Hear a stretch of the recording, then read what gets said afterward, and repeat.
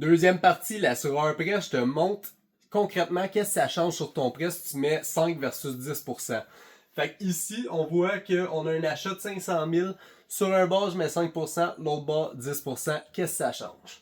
Ici, on va voir qu'avec le 5%, on est à 4% pour la prime de l'assureur. On se rappelle, on a parlé de 4% pour le 5%, de 3,1% pour le 10%. Fait qu'on le retrouve ici.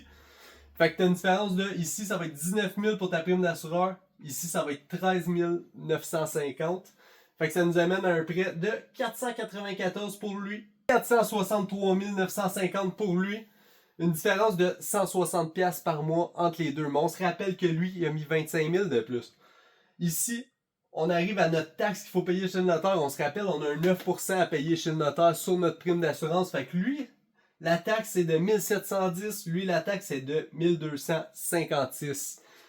Fait que, en d'autres mots, là, ça fait une différence, mais pas tant que ça. Fait que ça dépend de si tu as besoin vraiment de ton 25 000 de plus que tu aurais rajouté ici. Ben, si t'es mieux de le garder, puis peut-être justement l'avoir dans un compte épargne, au cas où il arriverait quoi que ce soit dans ta propriété, quelque chose qui casse ou t'aménages, puis t'as envie de dépenser un peu plus dans les meubles. Écoute, ça dépend de ton budget. T'sais, si 160$ c'est vraiment ça qu'il te faut pour rentrer dans ton budget, ben ça pourrait être une bonne idée. Mais si t'en as pas nécessairement besoin, puis tu peux te permettre le 160$ de plus par mois, ben peut-être que t'es mieux de garder ton argent justement de côté. Fait que ça va vraiment dépendre de ta situation puis de toi, qu'est-ce que tu veux vraiment.